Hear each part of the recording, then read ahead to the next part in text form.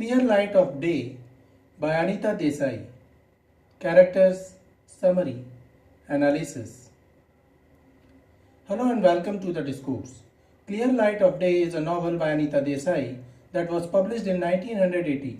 The novel is based on the Indo-Pak partition and it describes the tensions in a post-partition Indian family. Unlike other partition novels or books on the partition of India 1947, Clear Light of Day does not talk about the gory details of the religious and social struggles of that time, nor does it highlight the inappropriate political environment of that era. Rather, the novel describes the effects of all that on a common Indian family. The strength of familial relationships and the importance of forgiveness are the major themes of the novel. The novel also suggests how time preserves, destroys, and rebuilds a family, a society, and a nation. The novel also suggests biased religious undertones as Muslims are described as sophisticated, rich, educated, heroic, hardworking, and civilized, while the characters belonging to other religions are depicted as lazy, lecherous, and uneducated. In addition, Urdu as a language is depicted as a language of intellectuals, poets, and educated and sophisticated people, while Hindi is described as a banal language. Characters of Clear Light of Day. Bimla Das, Bim, is the eldest daughter of Das family. She is a history teacher and a great advocate of independence and individuality. She had her dreams and wished to lead an ideal heroic life, but she finds herself a failure. She takes care of her brother and sick aunt even when everyone else deserts her. She wrestles with her anger towards her brother, Raja, but she comes to forgive him and finds peace in her tempestuous family relations. Raja Das is Bim's younger brother. He used to be very close to Bim in their earlier years. Raja is intelligent, romantic, and has a great passion for Urdu poetry.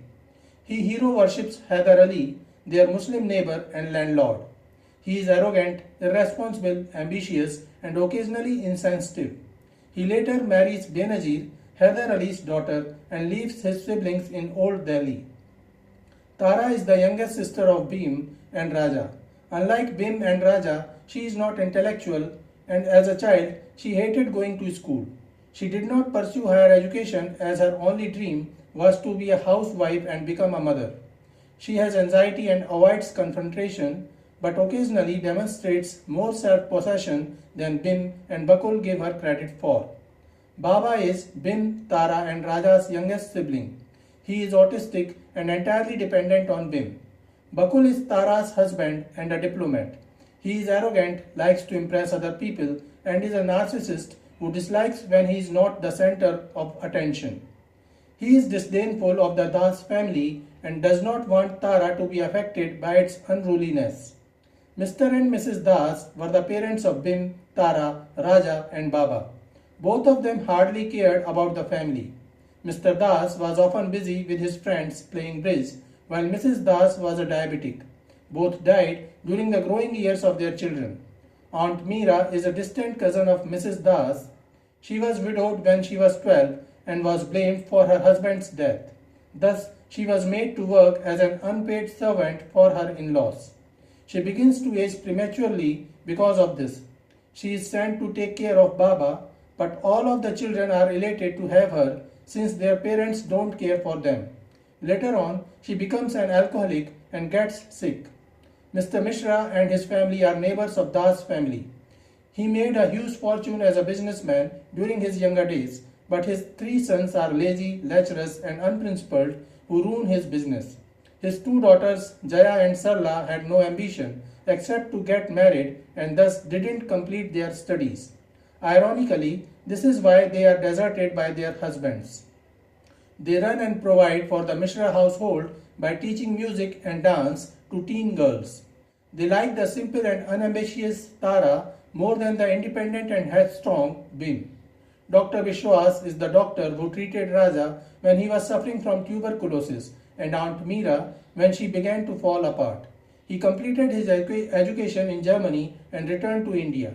He likes Bim romantically, but Bim shows no interest in him. Summary of Clear Light of Day. The novel is divided into 4 parts. Part 1. The story begins in a house in Old Delhi during the 1950s-1960s, where Bim, an unmarried history teacher, lives with her younger brother Baba. The house is owned by her brother Raja. Their sister Tara and her husband Bakul, a diplomat, live in Washington, D.C. Tara is attractive, but unlike the intelligent and fiercely self-possessed Bim, she is mild-mannered, pliable, and dependent on her husband. They come to Delhi for a brief visit on their way to their niece's wedding. As soon as their two teenage daughters join them, Tara and Bakul plan to go to Hyderabad to attend the wedding. The bride is a daughter of Raja, the oldest of the four Das children. Tara tries to persuade Bim to come along with her and Bakul to attend the wedding. Bim insists that she will not attend the wedding. She no longer has anything to do with Raja. Bim expresses her resentment at being saddled with the house and with Baba while Tara and Raja live exciting lives. Baba is autistic and spends all his day listening to gramophone. Tara tries to encourage him to go to office, but he declines. She gets sad at his situation and worries about Bim, who has taken responsibility for Baba. In the evening, Tara and Bim go to their neighbor's house along with Bakul. The Mishras were a rich family fallen into hard times due to their son's debauchery, vices, and laziness. Their sisters, separated from their husbands, work hard to feed the family and yet are marginalized. The youngest of the Mishra brothers is Mulk, who is angry because his music concert was cancelled. Bakul calms him down. Bim then decides to return back to home to avoid burdening the Mishra family with the arrangement of their dinner. After returning home, Bim and Tara engage in their talks. Bim says how she misses Aunt Meera and often she would see her spectre. Tara begins remembering their childhood, the partition of India and Pakistan, and the events that followed. Tara talks about the impressive Urdu poems that Raja wrote during his younger days. After their father's death, Raja inherited the business. He left Bim alone to take care of Baba without offering any monetary help. After Hyder Ali's death, he inherited the house in which Bim was living. Bim shows Tara a letter that Raja wrote to her after the death of his father-in-law, Hyder Ali, who left his property to Raja. Bim is still angry because in the letter, Raja made it clear that he was now her landlord, thus implying that he ranked above Bim. He insisted that he would never sell the house nor raise the rent. Bim took such offense at this letter that she has not spoken to Raja in years and does not plan to attend his daughter Moina's wedding, though she regularly pays the rent. Part 2. This part is retrospective, which begins in 1947 when the partition of India had resulted in sectarian strife. Hindu radicals at Raja's school pressure him to join their movement, but after he contracts tuberculosis and is confined to his home, they leave him alone. In fact, although they are Hindus, the members of the Das family have always been friendly with their Muslim neighbor Hyder Ali, and he has taken a special interest in Raja. Bim and Raja are close at this time, sharing a passion for poetry. Raja, despite being Hindu, develops a fascination for Urdu language and literature associated with the Muslim population of India. Raja becomes drawn into the intellectual circles of their wealthy neighbor Hyder Ali. They exclude Bim from this male and predominantly Muslim world, so she devotes her time to her own studies in history. The Das children become even more distanced from their parents when their mother falls ill, and the duty of caring for their Aunt Meera, who has an alcoholic addiction, and their brother Baba, who has an intellectual disability, falls almost entirely to Bim. Both parents die, and when Raja falls ill with tuberculosis, it is Bim who cares for him too. Tara spends more time with Misra's sisters, whom Bim finds unambitious. Tara meets Bakul there and is love-struck, although Bim finds him pompous, arrogant and dull. Dr. Biswas, a young man who frequently ministers to Raja and Aunt Meera, the latter of whom is descending into a senile, drunken disaster, begins to be infatuated with Bim and invites her to a concert. She is not at all interested, and even though she agrees to a meeting with his mother, she realizes that she is not interested in marriage. After their father's death, Raja gains control of his father's business, but Bim too holds some shares. Raja is not interested in business. he leaves it to be managed by Mr. Mishra. He rather wishes to follow Hyder Ali and be a hero. Hyder Ali and his family left for Hyderabad due to communal tensions in Old Delhi during the period of partition. Raja is still ill and does not know about the departure of Hyder Ali. He insists Bhim to visit Hyder Ali's house and get information about him and his family. Bhim does not wish to do so but goes along with Baba on Raja's request.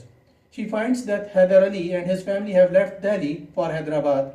Baba finds Hyder Ali's daughter Banerjee's old gramophone in his house and brings it to Bhim's house. On returning, Bhim informs Raja that Hyder Ali has left.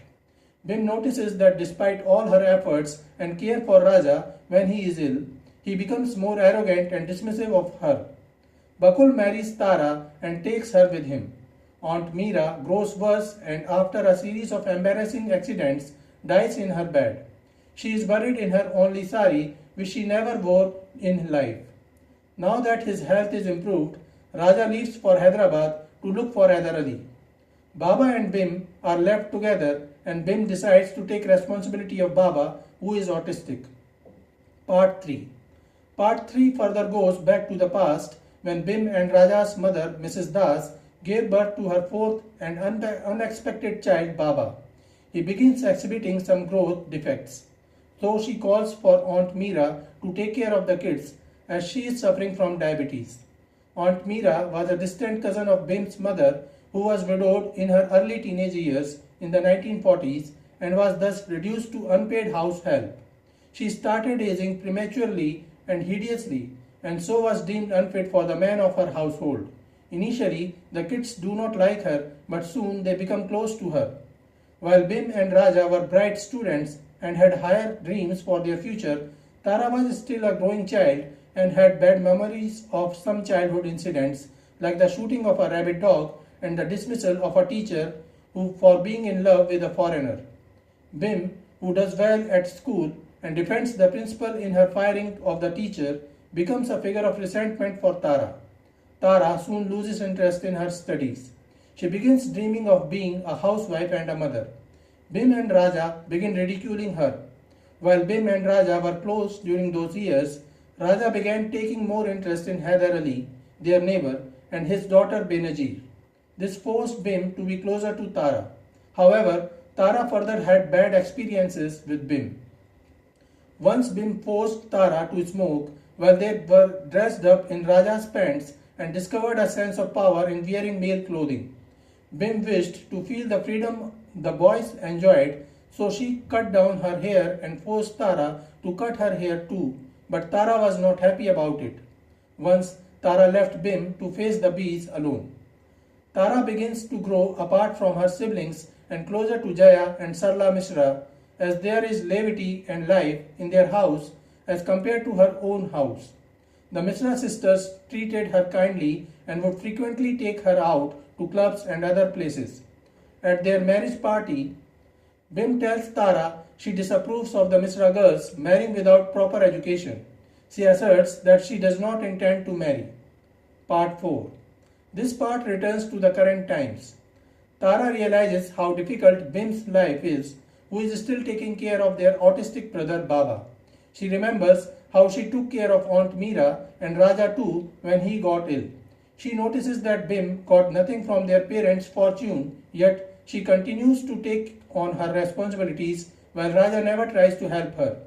Tara witnesses that Bhim is suffering financial troubles. Bhim complains that Raja was rich, fat and successful when he last visited her and even brought them gifts they didn't want. But in reality, she resents that her siblings live such easy, luxurious lives while she is still stuck at home, taking care of Baba and struggling to make ends meet. Mr. Mishra offers a proposal to Bhim and asks him to sell her shares in the business to some businessman he knows. Bhim decides that she is going to sell off the family's shares and refuses Tara's advice to consult Bakul first. She starts treating Tara with cruelty and then even tells Baba that he might have to move to Hyderabad with Raja, but catches herself, apologizes and realizes that she loves her family but has to forgive them if she really wants to move forward in life. She spends all night throwing away old paperwork and finally tears up Raja's letter. She finds that she can forgive Raja after all. She is overcome by a sense of wholeness and peace. The next day, Bakul, Tara, and their daughters, who had arrived recently, prepared to depart for the wedding. As Tara leaves for the wedding, Bim tells her that while she and Baba are not coming to the wedding because they do not leave the house anymore, she would love it if Raja come back here and brought the whole family. The novel closes with Bim attending a party at the Misra's house, thinking about her family's traditions and enduring connections and resolving to grow back together with them. So this is it for today. We will continue to discuss the history of Indian English literature. Please stay connected with the discourse. Thanks and regards.